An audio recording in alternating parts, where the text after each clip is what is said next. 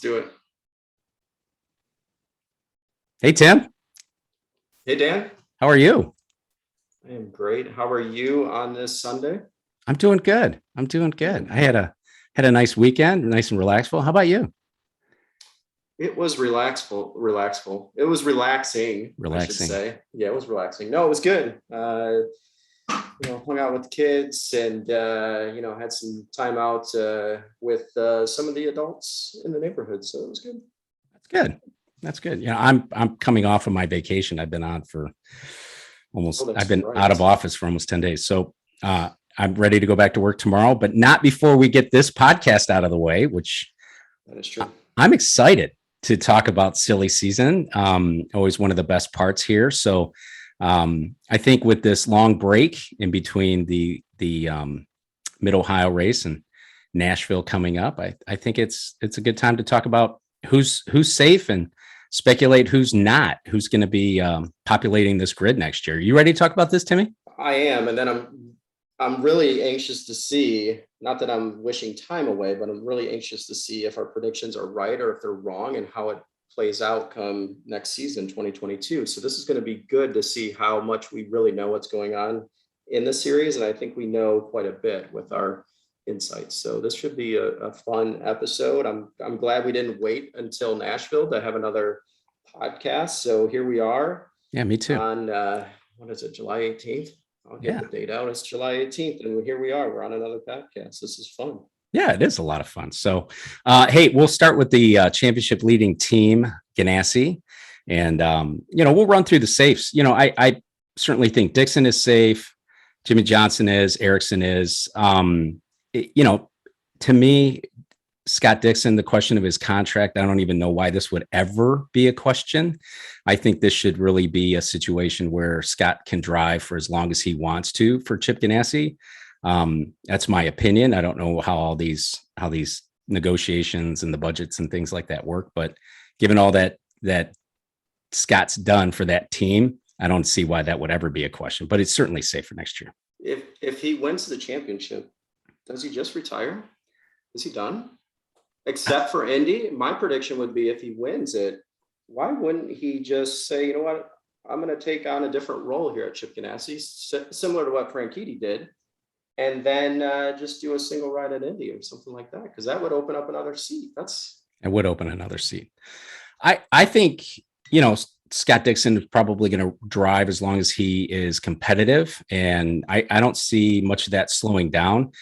I think the way that the competition over the last couple of seasons, this season included, have really elevated. I think that's changed Scott's game a little bit. I think Scott sees it like this may not be as, and it's never easy, but it may not be as easy as it has been in the past. And I think that might be how Scott's looking at it. Like, hey, if I can continue to be competitive at this level against all these new people in here and all these new young guys, I might as well keep it going. So, the opposite spectrum there, Jimmy Johnson, next year will be year 2, of course, for Jimmy. I think that's really where we're going to see what's going on with Jimmy Johnson. Yes, he's shown some progress. I don't know that the progress is what IndyCar.com is reporting today as far as the progress for Jimmy Johnson. No, he doesn't need to do this. I'm thrilled that he's doing it, and I give him a lot of credit for doing it. But, I think the progress is still slow and steady. Next year. How long was his deal? Was that 2 years or was that? I don't know. So I looked at the deal and it just states that it's multi-year is what I could see. And it was similar to what they were reporting for Kanan, who was scheduled to do those ovals. But yeah, so Carvana's in it for at least a couple of years, it sounds like. Yeah. And they've been a great sponsor. We've talked about that before. They activate very well. They've come to the series and really have done a great job in being a sponsor here and an advocate for IndyCar. So I think that's really good. Marcus Ericsson, it's funny, full disclosure. I had him in the speculation column until I fact checked my notes. I didn't know how long his deal was, but again, this is one of those, signed a multi-year deal. So he will be back with Ganassi next year. So, good on him. He has a win behind him this year, and I think that'll bring some confidence. I think he's a good driver. I don't think a return to Formula One is imminent. At least you don't hear his name there. And why would you leave? Right. I guess it depends. Ferrari, Mercedes, and Red Bull are not hiring Marcus Ericsson. So I don't know why you would leave Chip Ganassi, who's really the premier or the co-premier team in IndyCar. I don't know why you would leave for that. I guess the number one in speculation for this team really is Alex Palou, who is not on contract for next year, leading the championship. Why would he leave? Where would he go? Yeah, I don't think he would go to another IndyCar team. If he stays in IndyCar, he's going to stay right with Ganassi, especially being the championship leader at this point and doing really well. Maybe if Formula One came calling, he would consider that, but I think we at least have him for another year. So yeah, that would be my thought, that he stays with Ganassi. I can't see him going to Penske or Andretti. Those would be the other two teams, right? So I think he's staying put. I think Jimmy Johnson's going to do ovals. So I think Kanaan is basically out at this point. I don't think Kanaan's coming in. Next year, he'll probably get a ride somewhere else, but potentially. And that could be with several other teams that we can talk about. But I see Palou coming back. I see him continuing to do well this season, and he may pull this off and actually win it. I agree with you. I think there's really no stopping him. I think the only one that can stop him this year is Scott Dixon. But you mentioned Tony Kanaan, and Kanaan was really hired to do the ovals for Jimmy Johnson, who was not scheduled to do any ovals this year. And I think that plan is going to evolve. Whether or not it evolves into a full oval schedule, I guess we'll wait and see. We know that Jimmy's going to test somewhere, either Miami or Texas, in order to do the rookie orientation for IMS this fall. But that's an interesting point about Kanaan, because also another driver I want to talk about is Kevin Magnussen, who's already in the Chip Ganassi family, driving the IMSA Cadillac. So I looked at a couple of things. What would conflict with the IMSA schedule versus the IndyCar schedule, and there's only 3 conflicting dates, and they are the Grand Prix of Indy, Nashville, and Portland. So if Chip finds a budget, and let's face it, Chip's got money. If I were Chip Ganassi, I'd have money burning a hole in my pocket with this NASCAR sale. But if Chip wanted to put a 5th car out there, right, for Kevin Magnussen, then maybe it's the same program, and you already have Tony Kanaan on contract, which means if you're going to pay him out to just go home and sit, you might as well pay him to ride the ovals in place of Kevin Magnussen, and be the pitch hitter for those races where the schedule conflicts. That's very interesting. That could be a great play by Ganassi. That way you keep Kevin Magnussen and, have a 5th car and potentially run the series with those 5 cars. That would be interesting to see. I don't know if he's going to go to 5 cars, but and then to your point, Kanaan could do fill in for Jimmy or Kevin, depending who doesn't want to do ovals. So that would probably work for Kanaan pretty well for himself there. So yeah, I guess that could work. I like that. I think that's something to look to. I think Kevin Magnussen being in that IMSA Cadillac is kind of a stopgap before going to IndyCar. No one's ever run 5 cars though for an entire season, so it's probably not going to happen, right? But obviously at Indy something could happen, but I don't know if a full season with 5 cars is financially doable, or if you have the right personnel in place to do all that. But I guess Chip does have cars in multiple series, so he could pull personnel from the other series to help out with IndyCar if he wants to. Sure. Moving on to Penske, I think, we know that Will Power is safe. Joseph Newgarden is safe. Scott McLaughlin, that's a safe program as well. Scotty McLaughlin, I love him. So Will Power signed a 2-year deal at the beginning of the season. Interesting that came together so quickly. I don't know what that means for Simon. I don't know why Simon's program is seemingly dragging out. I don't know how these things normally go, but I just feel like if they signed Will, if they really wanted to sign Simon, they would have done that by now. I do feel like this is a last deal for Will Power at Penske. Whether or not he just retires completely or moves on to the IMSA program that'll start in 2023, I guess remains to be seen.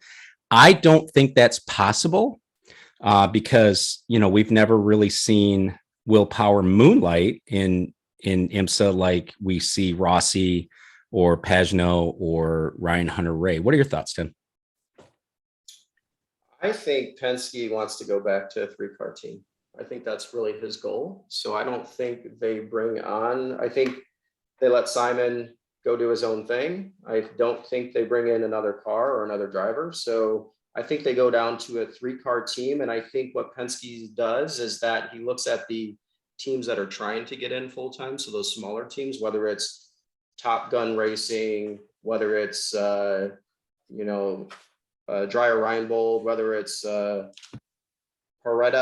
I believe that's the name, Herta Autosport. That was the one that Simona was driving at Indy, whether they do some support of those vehicles in order to get those teams up and going. I think the series is stronger with more teams and not stacked heavy with the big 3. It's interesting. I think that those are all Chevy teams, by the way. They are Chevy teams too. Yeah. Not just coincidentally, right? No, they're all Chevy teams, and Top Gun Racing is coming back in Nashville, right? So that'll be their first race because they didn't make Indy. But I think maybe that's where he puts some of his money to help these smaller teams become bigger, and that way they diversify the series. I think that would be the smart play, unless he's still thinking of doing that and keeping a 4th car. So you feel that Roger has his IndyCar hat on and not his Team Penske hat? I do. I think he's looking at the series more broadly. Obviously, now that he owns it and he owns the Indianapolis 500 rather than just his own team. So I don't think they have a 4th car in 2022. I think they go back to 3 and they support some of the smaller teams that want to grow in IndyCar. That's a good point. This is one of those hot takes that I can't wait to see how it pans out at the end of the season, or whenever these contracts are solidified, or when these chairs start to get taken, once the music stops. And speaking of Top Gun Racing, you can sponsor them for $1,500 and you can get your name on the vehicle. Stop it. Really? That? Yeah, you can. So anybody out there that wants to sponsor them, you can put your name if you want, or your business name. So Bill and Stephanie, and then Gary Trout, those are the owners, right? They're looking for some dollars in order to support them. So that makes me think that maybe Penske's got something else going on, that he's thinking there's a better way to support the series as a whole rather than put another 4th car in the line. Yeah, crowdfunding, right? Yeah. So it's interesting. We'll have to see how that one plays out. But if Pagano, so let's say they keep a 4th car, Dan, Pagano doesn't come back, who goes in that seat? There's a handful of folks that I think are the names that you hear all the time, right? It's Romain Grosjean, but I have Roman, slotted for another seat, as you know, and we're going to talk about that in a little bit. Yeah, you do. Oliver Askew, he proved he was a sub twice this year.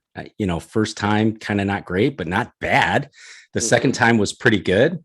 Spencer Pigott, making the rounds. The name RC Anderson, that's the Top Gun guy. Rinus VK, why not? Right? That's he has a win this year. He's moving on, so he could certainly make a name for himself at Team Penske, and he's already showing as a very, very strong driver as it is with Ed Carpenter Racing. And there are no slouches over there, but generally speaking, they're not a road course team. They've never really done it, and Rinus is tearing it up in road courses there. So that's a good one. That if Simon doesn't come back, then I think those are the men in play there. Is Oliver, maybe Rinus VK. God, you threw that curveball at me, Timmy. I don't even know how to feel about that. Yeah.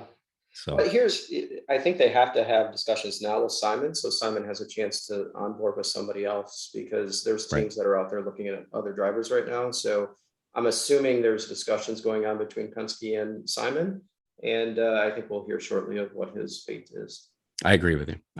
Yeah, we're going to know soon. I think in the next month or so, maybe just after Nashville or just surrounding Nashville. This is a good time for IndyCar news, right? Because it's gone dark, and there's a lot of other things going on TV right now. So and the TV program was on an upswing. So I don't know why you wouldn't try to keep it in the news. Ratings were really good. Yeah. This is. I mean, 1.3 million, the best they've had in a lot of years, right? Right, many excluding years. Indy. Right. That's great to see. I don't know if we got to give that to NBC, or if we got to give that to, I think it's a little bit, you got to give it to NBC Sports and what they're doing, and NBC Network. And then you also have to give that to the series and how they've further developed themselves this year coming out of the pandemic. So right. That's good. Simon Pagenaud, before we move off of this one, the only thing I want to say there is I think the one foot that he has in the door to stay at Penske is, again, and you're going to hear me say this a lot, is this LMDH program with Porsche coming in 2023. I think that's one thing that you could see Simon sign a 1 year with an option to go to the IMSA program as the anchor driver for that in 2023. So I think that's the foot in the door for Simon. Simon may not want to do that. That may not be on his timeline, and that could be what's holding up the discussions here. So, Andretti, I feel like we're going to spend some time here because I know in a couple of production meetings you and I have had that we don't agree in how we see the future panning out at Andretti Racing. So just to kind of level set here, Michael Andretti is on record saying that there are going to be changes. It was not sugar-coated whatsoever. There's going to be changes at his team this year. So Michael is smart. He's sending a message to his team. He's trying to send a message, I think, to sponsors and potential sponsors to know that we're not relaxing on where we're at and what we're doing. We're going to make changes here. Where changes are not necessary is Colton Herta. You got to lock that one down because he's the hottest commodity. I think also probably the most likely American driver right now who could potentially be poached into Formula One. I know that that's a long shot. I don't know how that would work out because I don't know what kind of funding that, Colton could pull together to bring a package to a Formula One team. But nonetheless, I would lock that one down as long as I possibly can. And Alexander Rossi, I have him marked safe because he is on contract. But I think that if anything, I think that Rossi might be shopping a team, a Honda team somewhere to just kind of find some change. I think if he were not on contract, he just doesn't look happy to me. His on-screen demeanor doesn't look good. His body language is speaking to me, at least, in a way that just says, maybe some change would be good here. But we'll see what happens there. So speculation, Hinchcliffe likely out at the end of this year, and that disturbs me. I think he's definitely. I believe he's gone next year. I think he can get a ride elsewhere because I think he's got a lot of sponsorship backing from his companies that follow him and things of that sort. So I think he'll be somewhere. I just don't think he'll be with Andretti. But yeah, I don't think he's there next year for sure. Yeah, I think he, has earned a second season in that car. I'd like to see him have a second season in that car. Remember, he was off last year. He was doing the NBC thing. I had maybe a couple of fill-ins. I don't remember exactly, but he didn't run the season last year. He was dropped from Aero at the last minute and wasn't able to pull anything together. So that's because Aero went to Chevy. Is that right? That's right. That's exactly why. Yep. So I would like to see Hinchcliffe stay and do another season at Andretti. That might just be emotion speaking, which I fully admit, but that's how I see that. Ryan Hunter-Reay, does Ryan Hunter-Reay come back for a farewell season, or does Ryan pack it in at the end of this season? I think that's all based on what DHL does.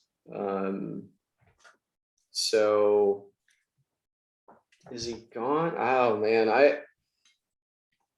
he might be the one that stays. He might be the surprise that stays at Andretti. I've got James going over to Ray Hall Letterman.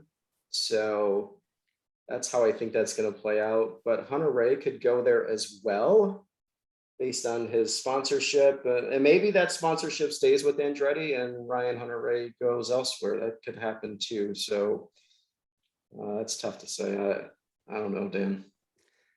Again, broken record, right? 1-year deal, you stay in IndyCar. He gets a farewell tour like Michael's dad did, right? The Arrivederci tour. It'll be the See You So Long tour for Ryan Hunter-Reay in preparation for an LMDH ride in 2023. Let's just say they're both gone.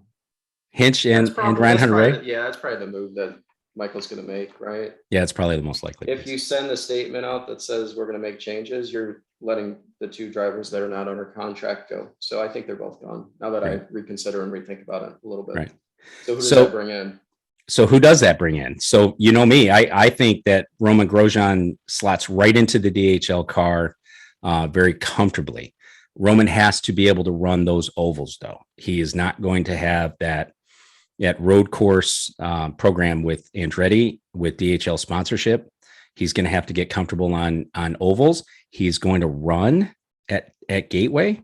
He's testing at Gateway in anticipation of running that race.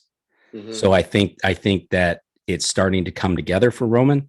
I think, to me, I not ink it, but I think it's pretty close to putting Roman in the DHL car. What do you think? Yeah, no, I think I can go with that. That seems to make sense. I just think for the other seat, I think you bring in Ferrucci, and if you bring in Ferrucci, that would be, quite the lineup. You'd have Herta. You've had Rossi, and then you've got Grosjean, and then Ferrucci. I think that would be a sweet lineup. I don't know how you can get beat if that's what you do. But, going back to Herta a little bit, I know he's one of the safe drivers, and we think Pillot is as well. But when you look at hot drivers, I think Pillot might have leapfrogged Herta just a little bit on the, I want this guy on my team because he's been so good this year. And I don't know. I think the talent level, I think they're on par. I just think Ganassi's been stronger than Andretti from a team perspective. So totally agree. Yep. So I just think Andretti's, has talent there today. And I think, if you change that lineup a little bit, maybe change some other personnel. Obviously, I don't know their personnel when it gets down to all the team members, but shake a few things up and maybe you come out really strong in 2022. I think the dark horse here that we just don't know enough about because we don't follow it maybe as much as perhaps we should, but the Indy Lights program for Andretti Autosport, he's got two hot shoes there, this Kyle Kirkwood and Devlin DeFrancesco. I want Devlin just for the name.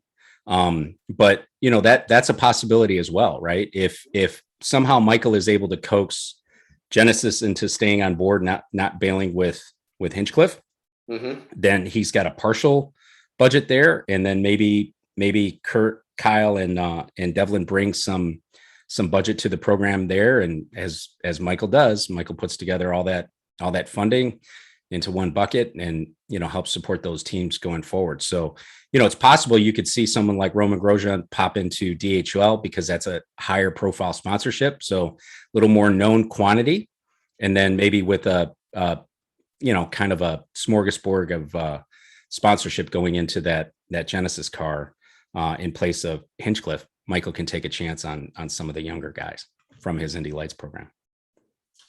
Yeah, that would be really good to see, right? Folks that are in Indy Lights moving up to IndyCar, that was the idea behind that whole series. So if absolutely anybody can do it, Michael can do it. Yeah, for sure.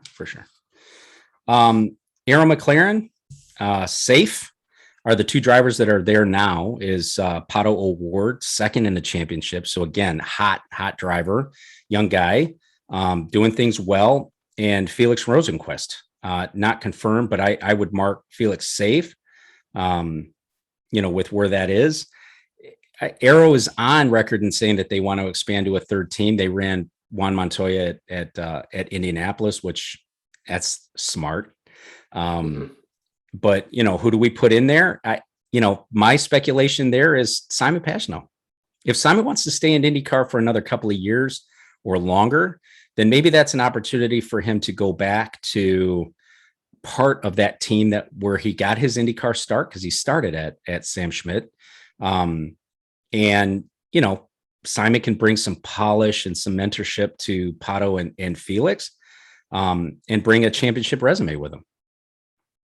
Yeah, I think his experience would help that team out a lot, and just make sure that they have the cars set up for not just the race, but also for qualifying, because they've had some hard times doing that.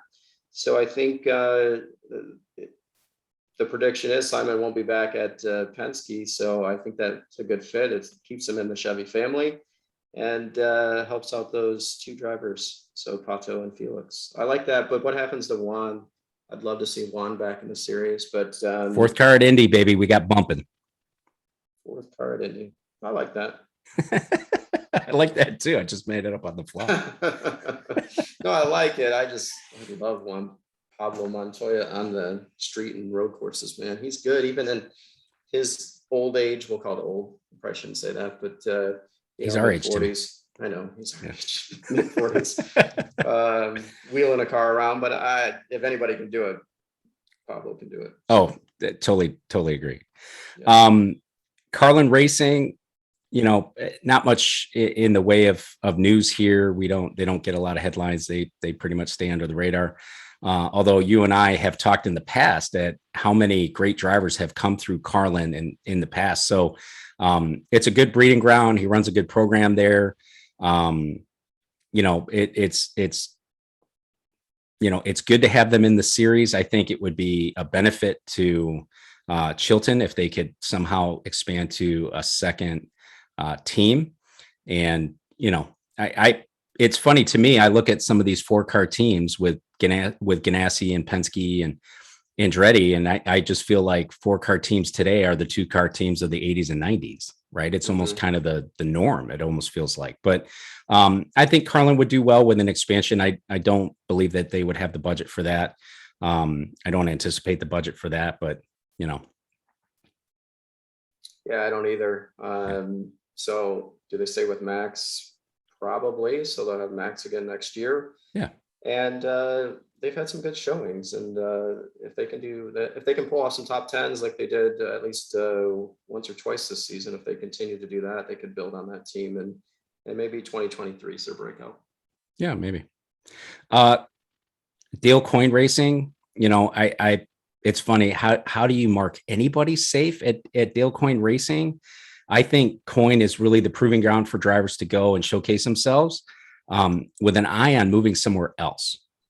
And I let me qualify that just by saying, I'm not saying that Coyne is running a bad operation or a substandard operation, because they are not. They have won, and they have won big against big teams, and they always seem to post very well. Grosjean's doing extremely well with them this year. Ed Jones is putting together a good show there, although you and I still sort of chuckle a little bit because we still see Sebastian Bourdais in that car whenever we see that car. But, you know, Ed Jones is doing a good job there.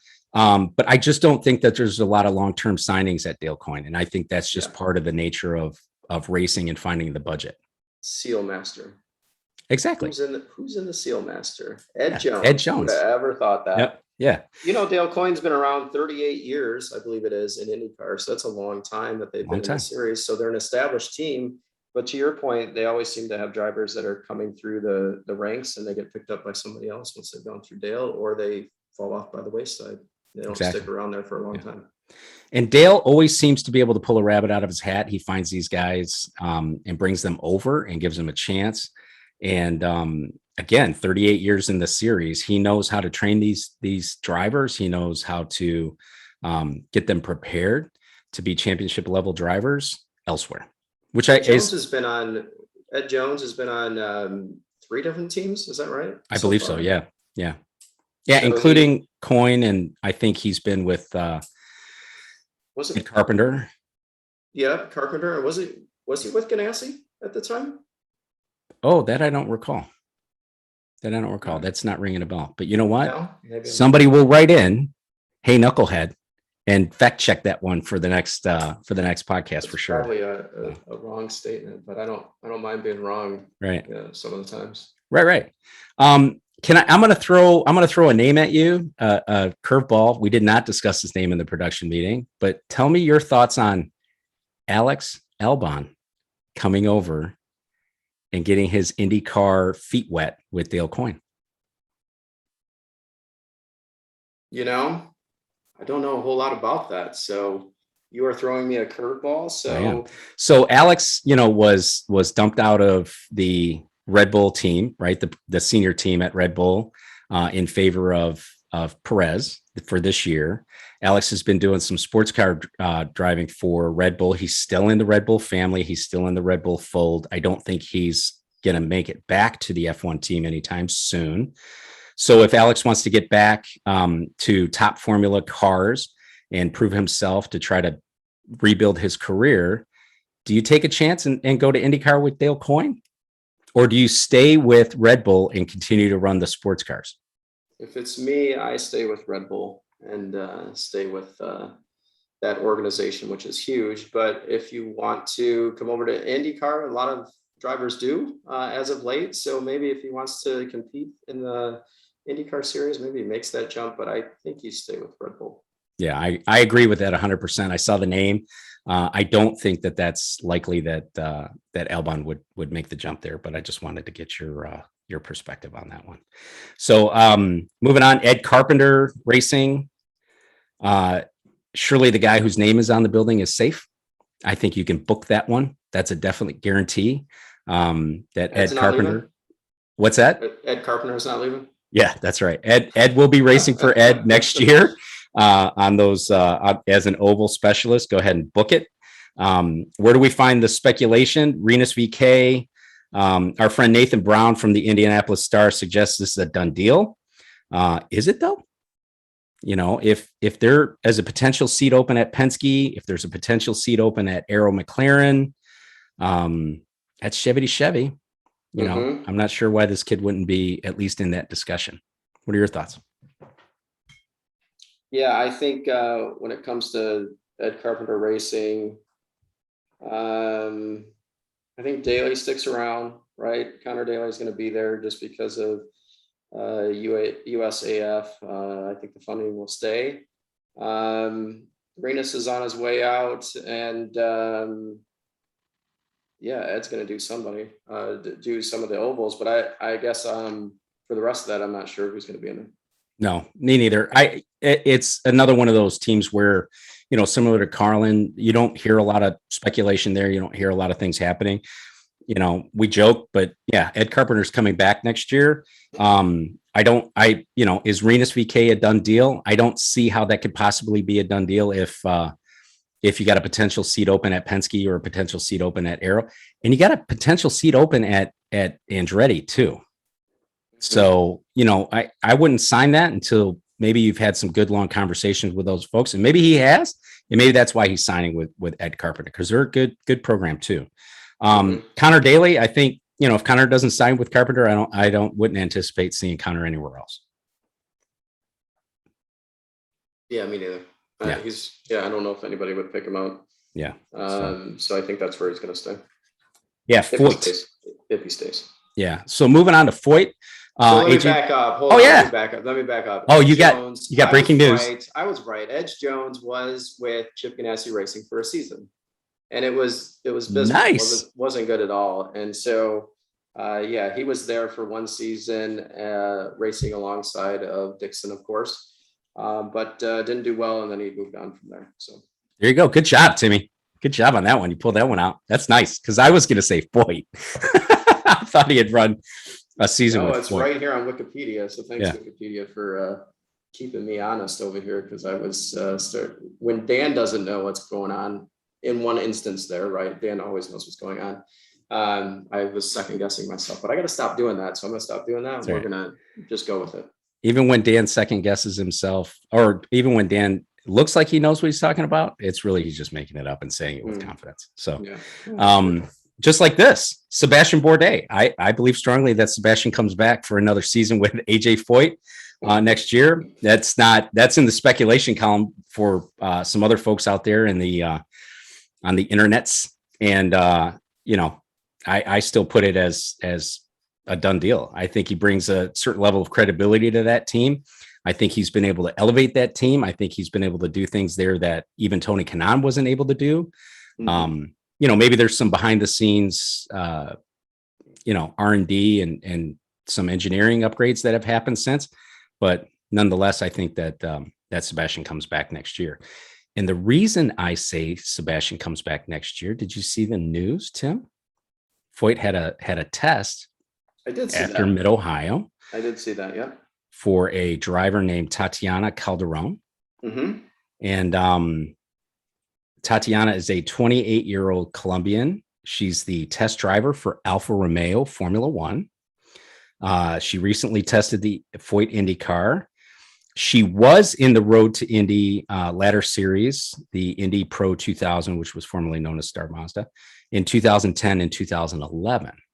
So Tatiana does have or has had IndyCar aspirations, but more importantly, Tatiana has Rocket sponsorship as part of her personal portfolio of partners. And that's how that came together. Got to be how that thing came together. Yes. And she did a lot of laps over at Mid-Ohio. She did. And I mean a lot. And they said she never put a foot wrong, and she got quicker and quicker every single lap and every single session. So she had some coaching from some of the veterans, so that was good. And I'd be happy to see her in the series. So bring it on. Me too. I would be happy to see her in that series. I'd be happy to see her in that Foyt car with Rocket sponsorship alongside Sebastian Bourdais, who can guide and mentor, right? Sebastian does a nice job. He has always been a very clean driver, always been a good driver. He's a past champion in Champ Car. And why wouldn't you match him up against Tatiana? If Rocket is writing the check and you put two nice Rocket cars out there, why not? Oh, they are beautiful. That livery is amazing. I agree on that car. Yeah, I totally agree. They did a nice job putting that together. It looks really nice.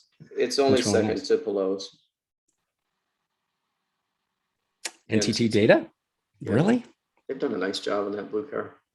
Yeah. Not because it's first in the series either, and not because he's driving the wheels off of it, but if you look at it, just step back one day, Dan, take a look at it. Listeners, step back, take a look at it. It's something for me, this is so simple, and it's going to sound so silly, but it's something in the way they did the number on the car, the way they have the number in. I can't multitask, but man, I'm dying to look it up like right now. Yeah, you need to go and look at the car and just look how the number placement, maybe not how it's placed, because I think they're all in the same spot for the cars, but how they did it, and then how it all just flows. It reminds me of a GT, and a GT being a Ford GT, but I know it's not a Ford. Right. But I don't know. That's my favorite now. I thought the Rocket car was my favorite, but take another look at Pelot's. All right. I'll have to take a look at it. That's good insight, Tim. Because I'll definitely have to take a look at that. So I'll look for your text later. Yeah. So Meyer Shank. Hey, speaking of good-looking cars, right? Meyer Shank Racing, the black and the pink. I think their cars are sharp. It's like all your cycling kits. I know. You like the black and the pink, so it's good. Yep. It's a good-looking car. Wouldn't be my choice for number one, because I already said who my number one and number two was, but it's up there. Yeah, I agree. I like so would your likely choice be Jack Harvey staying in that car for Meyer Shank next year? I have him marked safe. I think that's a done deal. Based on what? Can I ask? I think he's a Meyer Shank guy. I think Michael Shank likes him. I think that's where he wants to be. I don't think, they all have aspirations, right? But where's he going to go that's really going to make that much different? They're a Andretti satellite team that almost every week, right, puts some of those cars to shame. The Andretti, right, the full stable of Andretti cars. I think if Jack leaves, I think it's to just fill one of those spots at Andretti. But why would you? I'd like to look at Harvey's finishing spots on all the races. Then I could probably maybe justify why Jack would be back. But Yeah, I guess I'm on the fence. If he stays, that's fine. If he goes, that's fine in my book. He's I don't know. I think he can drive fairly well. I just like to see what the results are. And Right. I'll leave it at that. I gotcha.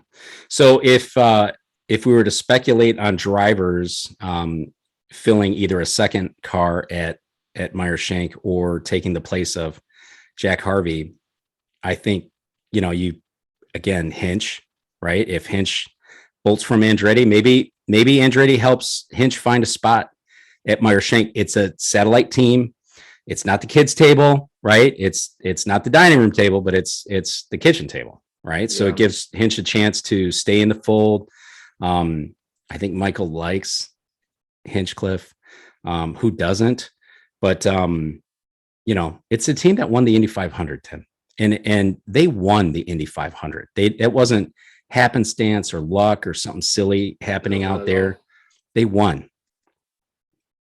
So why So don't you put Alio in there? That's who needs to go there. right. So Castro Neves, I think most of us after he left Penske, I think we kind of, at least me, I was surprised to see that he would do any one-offs anywhere else. I would have just anticipated he would have ridden off into the sunset and enjoyed the rest of his career. But he came back this year to run the Indy 500 with Shank. He elevated that team. They all loved having him there. I don't see how you couldn't love having him there because of how he is as an individual. But I just kind of, it's funny. The best analogy I can give you, I'm a horrendous golfer. This, right? And I will always seem to try to pull some sort of shot out on the 17th and or 18th hole that makes me feel like, oh, maybe I'm turning this thing around. I can't wait to play again. Mm-hmm. Right. And that's Elio this year. Right. I don't have a full-time ride. I'm going to do some races here and there. And, he's His popular. resume is really good, though. His resume is great. And his fan following is huge. Immense. Yes. Yeah. I think there's going to be an announcement shortly before or shortly after Nashville that Elio's in there full time next year. I like it. That's another one I can't wait to see. That's another one I can't wait to see. How do you not put him in the car, right? It would be so good to see him in the series full time again. It'd be great to see him be able to build up to Indy again and go for a record tying or record passing 5th Indy 500 victory and be the only 5-time winner. Wouldn't that be amazing? That would be amazing. That would be amazing. And it's a great storyline, right? It's what NBC can run on next year in the lead up to Indy. And then if he qualifies very well, then, you continue on that story until race day. So hopefully it's just that easy for Meyer Shank. Keep Harvey and things there. Add Castro Neves, go to a 2-car team. It's a great story of how they've come to where they are today and just build upon that. And then see what next season brings. But I think that would be the right course of action. Unless there's something going on with Jack Harvey, then maybe you do Hinch and Castro Neves. That could be the other thing. Right. Keeps Hinch in the Andretti family. I think I think that's where Hinch's advantage is to somebody else who would be, looking for a ride there, Oliver Askew or, somebody else. I think that's what kind of gives Hinch maybe an advantage there. Yeah. As I said earlier, though, I think Hinch goes to Rahal, Letterman, Langham. So I think it's Harvey and Castro Neves. Right. Second guessing myself, but that's what I think it's going to be. I know. So speaking of Rahal, right, we could do a whole part 2 of the silly season and just talk about Rahal, because I think this is where you and I completely disagree. The only place you and I agree is, again, the guy whose name on the building is safe to return, right? Be it not his name exactly, but it is his dad's, but Graham's he ain't going anywhere. Graham is not going anywhere, right? Nope. I don't see anybody in a 3rd car at Rahal Letterman except Santino Ferrucci. And if that is the case, I think you should have already signed him, and they haven't done that yet. And they're putting other people in that car in order to test other folks, but you have a theory behind that. I think it's because they can't come to terms with Ferrucci, so they have to look elsewhere. I think it's a negotiation play. right? They want to get a good deal. They want to get the best deal they possibly can. Obviously, Ferrucci does too. I just feel like that is a done deal to me, that they're going to put him in there. It just, to me, it just makes total sense. Yeah, they're going to put other guys in there. That's totally fine. But we don't see anybody else lining up any other testing for Santino. And when Santino dropped out of IndyCar, we didn't see anybody else knocking on his door either. So he signed this Xfinity deal for a partial season or whatever happened there in Xfinity series. But I don't see anybody else coming to Santino Ferrucci with a contract offer than Rahal Letterman in a Hy-Vee sponsored car with, Cheetos and, Doritos and everything else, and again, Eatos that can go on the back end of that car too, plus Mountain Dew. But Hy-Vee's a very engaged sponsor. They really showed themselves to be a very engaged sponsor. And I think that Santino's the one there. Yeah. Well, I So think if not, Finch is the one that's there, and Ferrucci goes to Andretti. So that's what I was going to say. If not Santino, you think it's Hinch, right? Yeah, I think it's Hinch that goes to Rahal Letterman. I agree with that. And the reason I agree with that is because I think that's where all signs pointed to Hinch going when he left Arrow, right? When he left Sam Schmidt, when that happened. But I don't know what he brings to the table. And I don't know that, that's a good fit there. Yeah. So let's think about, how did Hinch get with Andretti this season? Genesis. How did that happen though? There's something else that took place at Andretti. Chummy with Michael, because he drove for Michael in the past. Well, Marco decided to move on, which allowed that seat to open. I think it was just a fit. It just fit, and it just made the sense right then at that time for this season. However, it hasn't worked out, so I don't think they continue on that relationship. Right. I do. But what do I know? Right. And then you got Sato, right? Sato's going to potentially stay with Rahal Letterman Langen, right? I think if Sato doesn't come back, there's nobody else in that car, because it just feels to me like Sato brings most of the budget to that car. He is the youngest 40-something-year-old guy I think we see on track most weekends. Two-time Indianapolis 500 winner. Sato, I think, has a couple more years in him. I think he's got the fitness. I think he's got the drive. I think that's where he's at. And if he continues to bring the budget, why wouldn't you just keep him there? I agree. I think he stays. I think Rahal Letterman Langen they've always wanted to be a 3-car team. Yep. As of the last few years. So I think this gives them a way to get to a 3-car team. So they got to keep Sato on the payroll, if you will. Yeah. So what I would tell you to book it, Rahal, Graham, Ferrucci, and Sato. Yeah. That's where we disagree on the Ferrucci, but we'll see. I know. You have Ferrucci going to Andretti, right? Yeah. They're going to have a stellar lineup. Yeah. I have Dixon retiring too, by the way. I know that's way out there, dude. That's way out there. Well, it's coming, whether it's this season or next. I don't think he's going to go beyond that. But even with just an Indy 500 ride, because he only has the one Indy 500 victory, so that would be something that you'd want to be a 2-time winner potentially. But he's got a ton of championships, so what else is there to prove? Nothing, not at all. I wouldn't be doing it. I would have retired by now, I think, if I were Scott Dixon. I've never competed at that level, right? I don't know what it's like to walk away from something like that. I really don't. So, so even if you're like an advisor to the drivers or something like that, I can see him doing that. But I think, I don't know. We'll see. Yeah. Man, if Dixon announces his retirement, that's going to be completely insane. That would be like mic drop. I'd have to take the mic right off my desk here and just drop it on the floor for one of our podcasts and go, boom, I called it. But yes, we will. I don't think it's been talked about at all. This is probably the first time it's been talked about. That I know of. Right here. We're breaking news right here on Turn 4 podcast, ladies and gentlemen, right here. Yeah, right here. We just broke the news. Yeah. Sorry, Scott.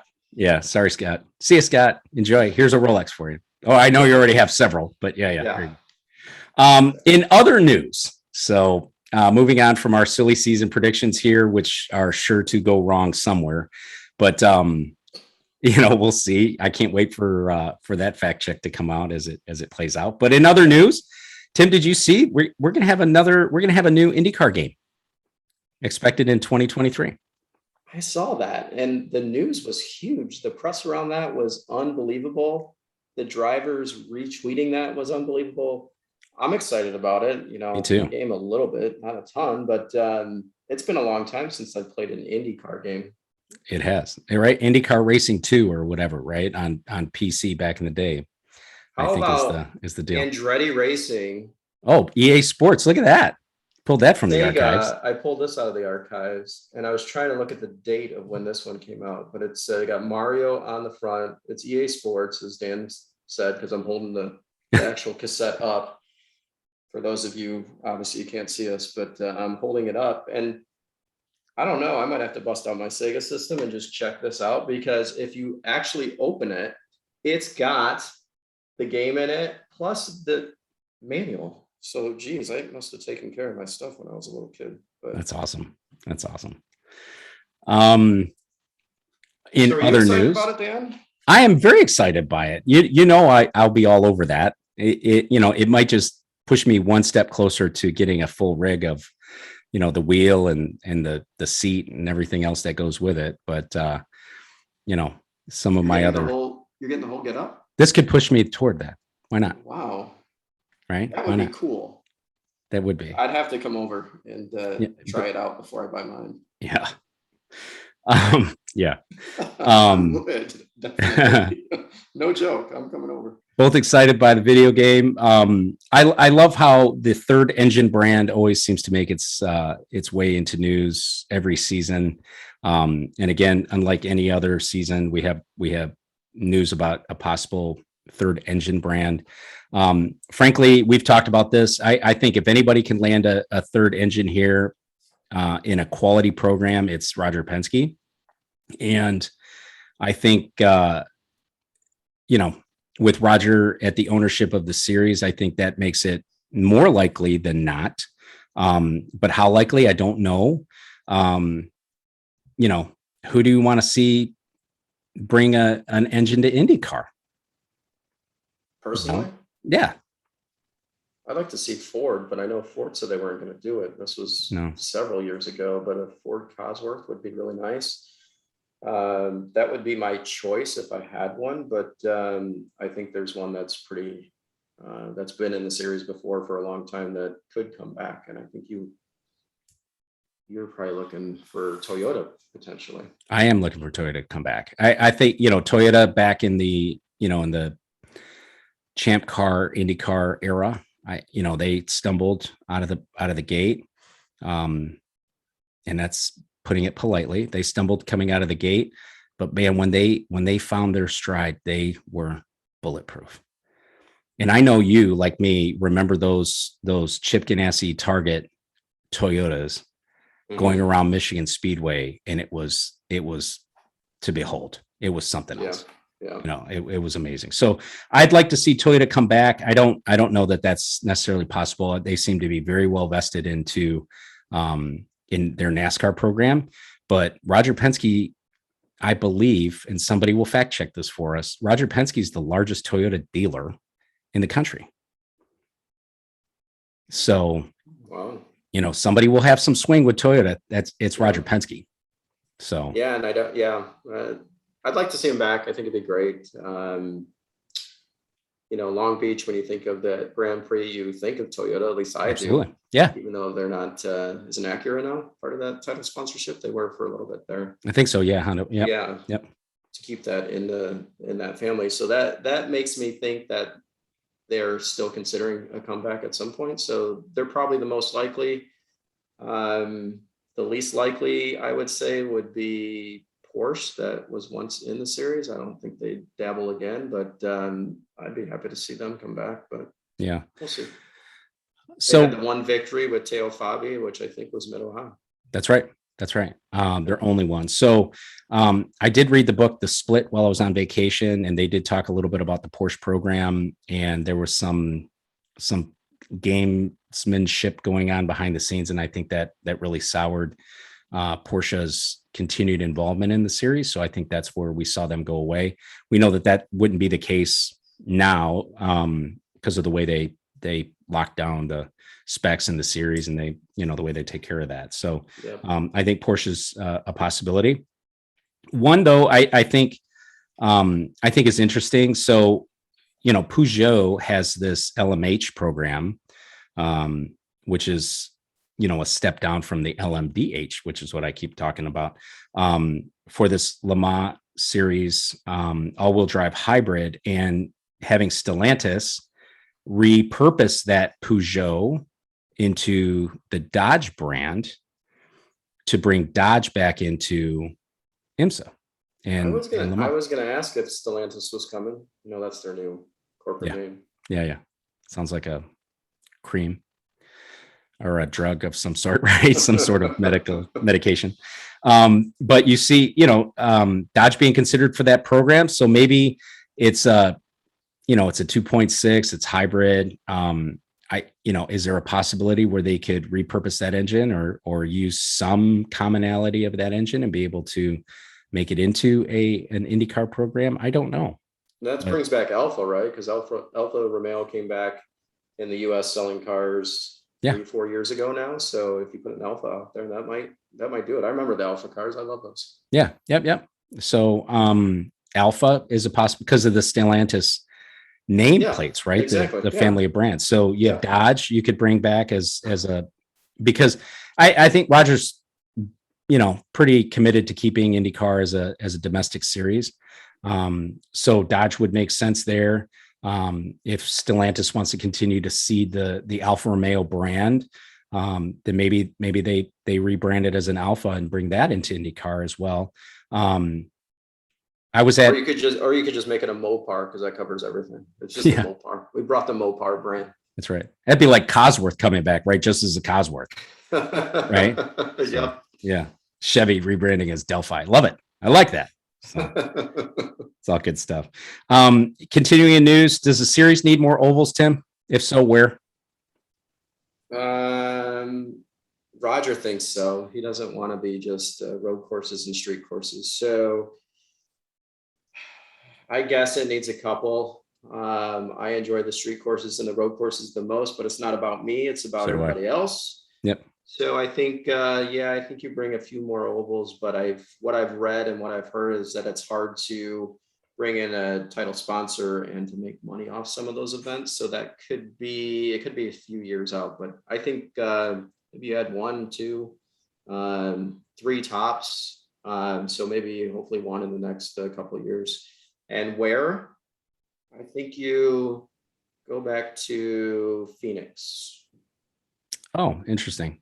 I think Phoenix running as a night race makes the most sense because nobody wants to sit and, bake in those grandstands in that heat under that sun. I think if you do put Phoenix back on the schedule, you go there. Another place where you're going to, proof yourself like bread it would be Miami. And I think to me, Miami makes sense. I don't know what that track configuration is anymore, if it's suitable for IndyCar, but Miami makes sense to me with with Formula One sniffing around at an alleged U.S. Grand Prix expansion in Miami. Maybe IndyCar looks for an oval back in Homestead and putting something out there.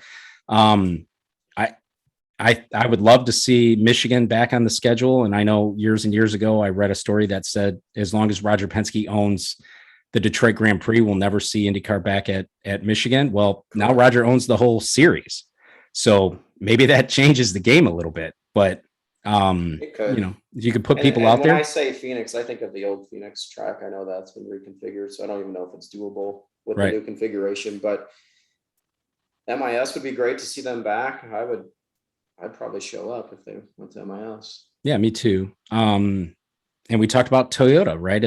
As my wish list of engine sponsors.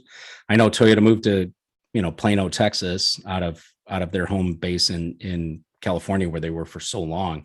Yep. But they still maintain a huge presence in California. They sell a lot of cars in California. So maybe putting California back on the schedule. Yeah, you're talking about Fontana, right? Yep. You could. It's the same thing as MIS, just in a different location. So yeah, you could totally do that and bring 2 500-mile races. I remember they used to have 3 back in the day. So that seems to make sense. I don't think you go out northeast and go New Hampshire or anything like that. But right. I don't see, speaking of that 3, right, that Triple Crown, I don't see Pocono ever coming back to the schedule. Yeah, no, I agree. I don't think that's going to happen. Yeah. I don't think it was promoted well. The attendance wasn't very good, and there was some concerns about safety too. So I don't see Milwaukee ever coming back. Andretti Green at the time tried to promote that race there. They tried to make it like a festival atmosphere, and that didn't do well. We're all affectionate for Milwaukee. Yeah, it's such a great event. It's like going to the fairgrounds. They used to have tons of people show up. It was right after Indy every year. Yeah, it had the historic spot right after Indy.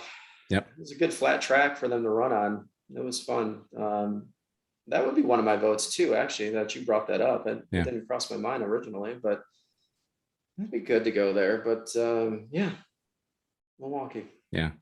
I think, to me, if I were in charge of the series, I would say, if you're going to expand into ovals, I think the best place to expand ovals is in the Midwest, because I feel like this is where IndyCar is strongest. And I think that if you're going to expand in ovals, I think your best shot at putting people in the seats is in the Midwest, right, where your strongest people are. So Kentucky, Milwaukee. So Phoenix is out. For me, it is, unless you make it a night race. Or loop it in with something else. I think, to me, Phoenix is out. I think Las Vegas is out. I don't think we'll ever see IndyCar back at Vegas. No. Kentucky, Milwaukee, Michigan. I think those are the ones that you look at maybe first. You continue to keep St. Louis on the schedule. That's always a fun track. I don't know if you go back to Iowa. We have Chicago Motor Speedway, that's another one too. Could be a possibility as well. Midwest, right? Fits the mold. So I think before you do any of that, you bring back Cleveland. And I know it's not an oval, but that's a track that draws a lot of attention. A lot of people go, and it's a good event, even though it's a flat track, but you can see the whole circuit from the grandstand, just like you can at an oval. And that, the airport provides a lot of room for passing. So it's very entertaining show. Yeah, those were some of the best races ever. Like, once in a while, if I'm bored, I'll still like YouTube some of those Cleveland Grand Prix, to watch those guys out there. Twitter this past couple of weeks, there's been a ton of those on there showing. Have they really? The Berkeley Airport race. So it's. I've watched a few of those highlights. Yeah, it was good to watch. I would go there as well. Okay. Yeah, I'd go there as well with you. But I think you bring that back for your Midwest. I'll go with you, Dan. No worries. But I think you bring that back to the Midwest, and I think you do an oval elsewhere. So I think California or Phoenix. Right. I don't know about Miami. Maybe there's a big fan base. I'm not sure. They used to do the finale in Miami, but it's down in Homestead. It's 40 minutes out of Miami. You're almost in the Keys. Yeah. So, well, that's it. I think, like I said, I can't wait to see how this season pans out. I want to see how some of our predictions go right or go wrong. Certainly want to hear from the fan base as well. Sage Karam, he got married this weekend. Yes, he did. Did you see that? I did. I saw some photos on Instagram, Twitter. Yeah. So quite the event. Everybody and their brother was there. Yeah, and for some reason, Sage picked a fight with his dad, like just playing around and wrestling, and wind up with a black eye. But just looking at his dad, I don't know why you would pick a fight with his dad. That is true. He is very muscular. Yeah. Very strong. Yeah, that was that was bad decision making right there by Sage Karam. But congratulations to the Karams. Yeah. So, but so thank you for tuning in again. And we are extremely excited by where we're at with this little project here. Just 2, now 3 podcasts into this thing, and we look forward to hearing more of your feedback and more of your advice, and we look forward to continuing to bring this to you. So you can check us out at turn4podcast.com, and certainly find us at where all your podcasts are found. So that's it, Timmy. Yeah, thanks for joining, Dan. Always good to see you and talk to you, and look forward to our next podcast, which will be after the Nashville race. So we'll have a follow-up of that, but good to be with all of you all, and look forward to the next one. For sure. All right. Thanks, everybody. We'll talk to you again real soon. Take care.